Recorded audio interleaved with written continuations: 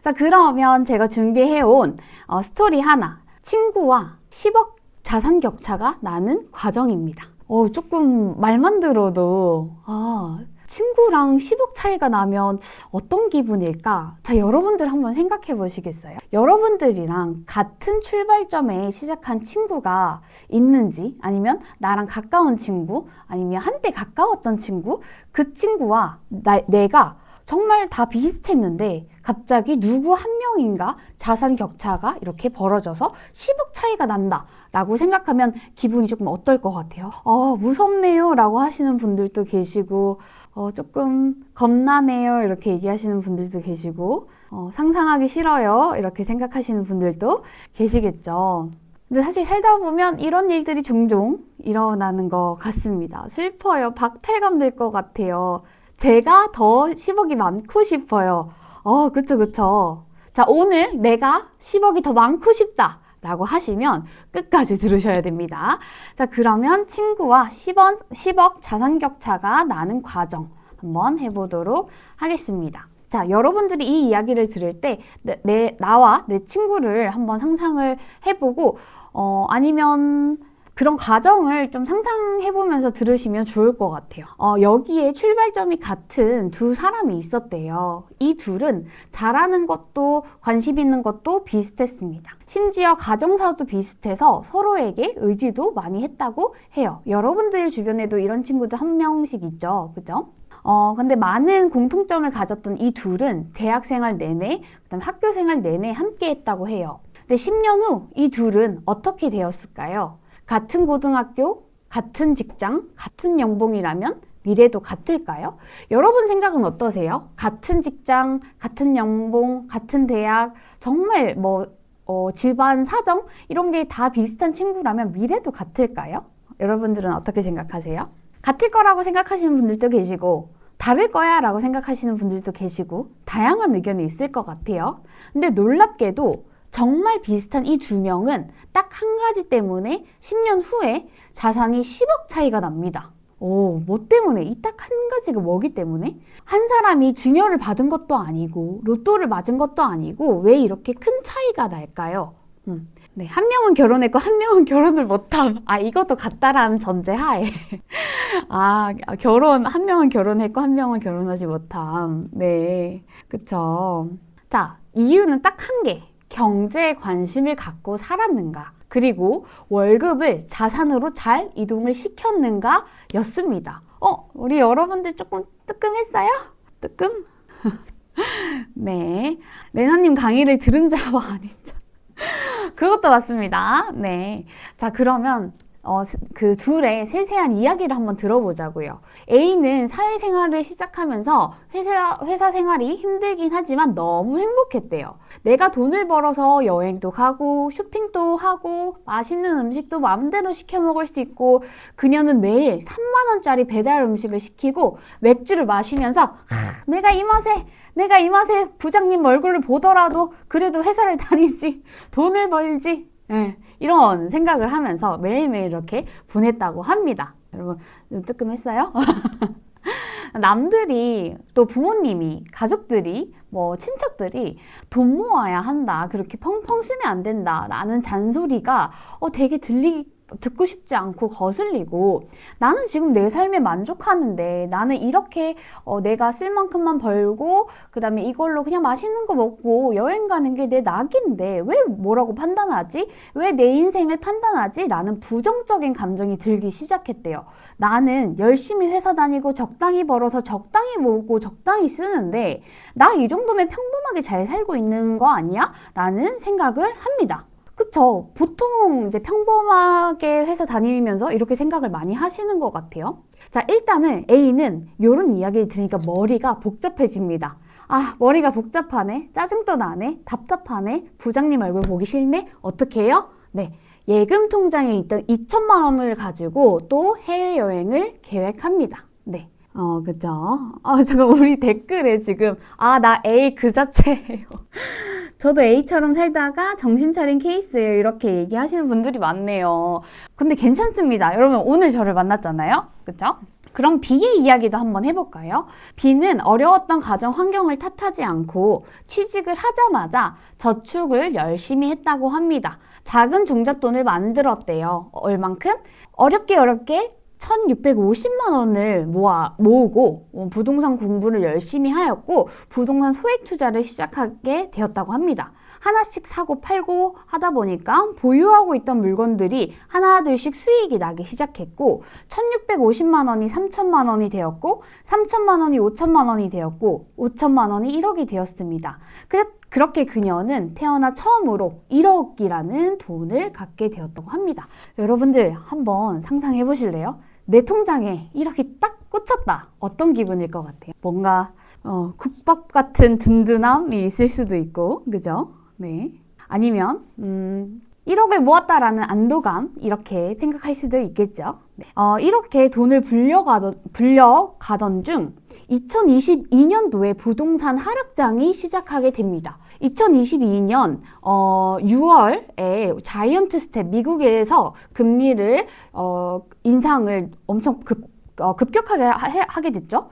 이때 부동산이 되게 하락하게 됩니다. 부동산 분위기는 조용했고 저도 이 당시에 투자를 하고 있었던 사람이거든요. 굉장히 무서웠습니다. 뭐 PF 대출이니 뭐 금리 인상이니 뭐 앞으로 부동산 전망에 대해서 굉장히 부정적인 뉴스가 엄청 쏟아지기 시작했습니다. 이때 부동산 공부를 한다라고 하면 가족들이 뜯어말릴 정도로 정말 좀 그런 상황이었거든요.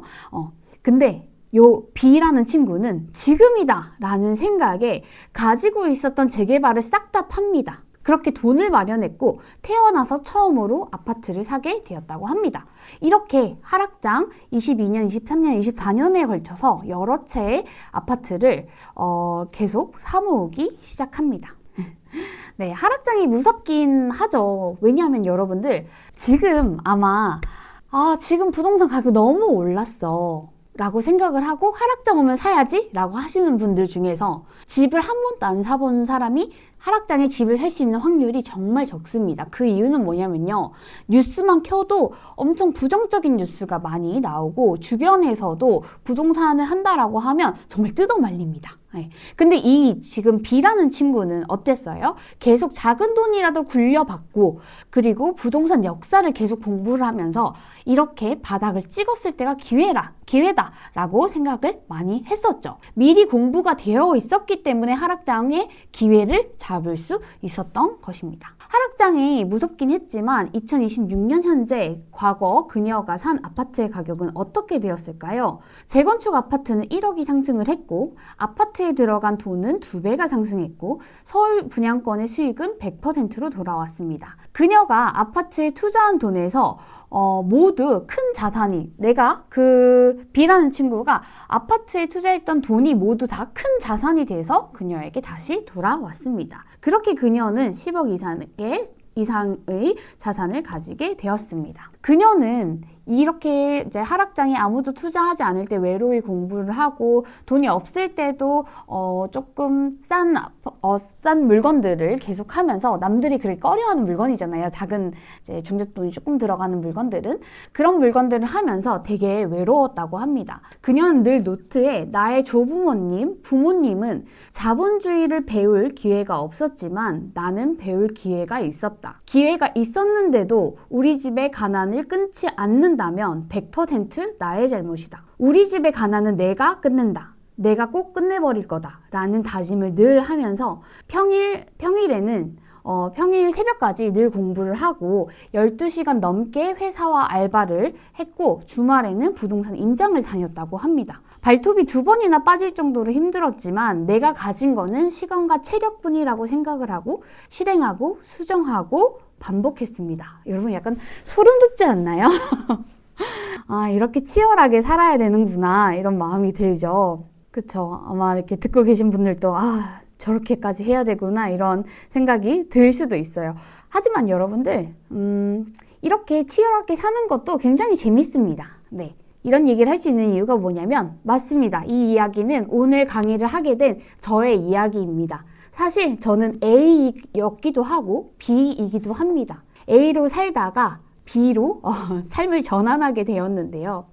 저는 사실 고등학교 때 야간 자율학습이 끝나고 집에 돌아오는 길에 늘 이렇게 컴컴한 차량 정비소를 지나가야지 집이 나왔는데 그 길이 너무 무서워서 늘 빠른 걸음으로 뒤를 막 살피면서 집에 갔던 기억이 나요. 이렇게 무서운 동네에서 살고 싶지가 않았어요. 저도 잘 정비되어 있는 아파트에 살고 싶고 그 다음에 좋은 집에서 살고 싶다 이런 마음이 어릴 때부터 그런 열망으로 자리했던 것 같습니다. 유학을 너무 가고 싶었는데 힘든 집안 환경으로 유학을 가는 거는 조금 힘든 일이었어요. 하지만 좋은 기회로 영국에 있는 국립대학교를 장학금을 받고 입학을 하게 되었는데 유학이라는 오랜 꿈을 이룬 게 너무 기뻐서 열심히 공부를 했지만 좋은 교육을 오랫동안 받아온 국제 친구들과 아무리 열심히 해도 너무 비교가 되더라고요.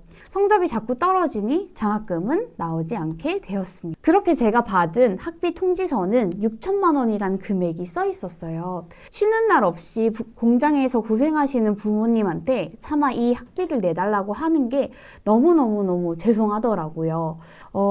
그게 이 마음이 여러분들도 부모님이 고생하는 뒷모습을 볼 때 되게 뭉클한 마음이 들잖아요. 저도 그런 마음이 들었던 것 같아요. 그리고 유학을 하면서 알게 된 사실인데 저희 부모님은 저희를 키우면서 사업으로 6억이라는 큰 빚을 가지게 되었다고 합니다. 유학을 하면서 이 사실 오빠한테 들었거든요. 저희를 어떻게든 보호하려고 거래처를 돌아다니면서 거래를 이어달라고 무릎을 꿇었던 부모님의 이야기를 듣게 되었습니다. 결국에는 다 갚아 나가신다는 이야기를 듣고 마음이 무너져 내렸어요. 저는 이렇게 부모님이 어렵게 번 돈을 제 학비로 쓰고 싶지 않았습니다. 슬프죠, 여러분들? 네, 집안의 가난을 내가 끊겠다라는 마음. 네, 저는 제 손으로 모두 학비를 벌어서 다시 학교로 멋있게 돌아가서 하고 싶은 공부를 다 하고 싶었어요. 그리고 돈을 많이 벌어서 부모님한테 집도 사주고 공장도 사드리고 싶었어요. 그렇게 제가 한국에서 잡은 첫 직장은 영어 학원이었는데요. 수습이라는 그런 이제 타이틀로, 인턴이라는 타이틀로 받은 월급이 고작 100만 원이었습니다. 이 월급으로는 학비는커녕 저축도 못하는 상황에 한숨 나고 눈물이 나더라고요.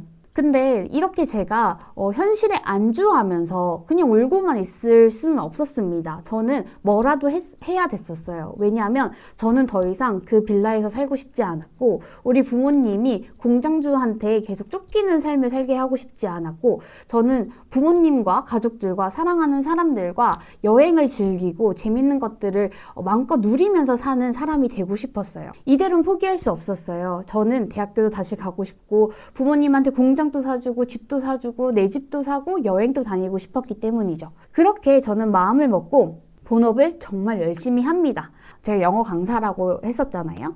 그때 당시에 다른 강사님들이 세미나 가는 걸 되게 싫어했어요. 근데 교육을 꼭 이수를 해야 되니까 그거 제가 가겠다고 주말에 일해도 되니까 저 추가 수당 달라고 이렇게 하면서 열심히 다녔고 그 이제 세미나 같은 데에서 성과 공유 이런 거 하면서 제가 좀 눈에 띄었나 봐요. 그때 당시에 어떤 다른 학원 원장님이 저를 보시고 선생님 나한테 올래? 월급 맞춰줄게 라고 하면서 연봉을 계속 점프업 했습니다. 네, 그렇게 하면서 본업을 열심히 하고 돈을 벌면서 부동산 투자를 시작하게 됩니다. 열심히 하나씩 하다 보니까 제 인생에 많은 변화들이 생겼는데요. 첫 번째는 부모님한테 수영장이 있는 신축 아파트를 선물하게 됩니다. 제가 정비단지에 있는 되게 구축 빌라에 살았다고 했잖아요. 저희 집에서 멀리 이렇게 보면 신축 아파트들이 엄청 이렇게 우뚝 솟아 있는 걸 볼 수 있었는데 그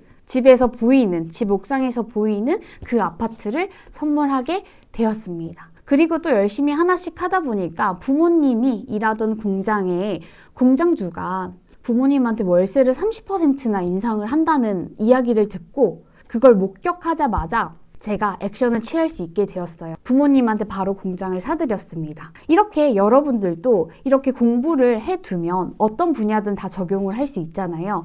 이렇게 여러분들이 사랑하는 사람이 위기에 처했을 때 구해줄 수 있다고 생각을 해요. 또 이렇게 열심히 하나씩 하다 보니까 부동산 수익으로 가족을 데리고 비행기를 타고 오랫동안 여행을 다녀올 수 있게 되었고, 엄마한테는 명품 가방을, 아빠한테는 좋은 옷을, 형제들한테는 하고 싶다는 운동이나 배우고 싶다는 것들을 지원할 수 있는 사람이 되었습니다.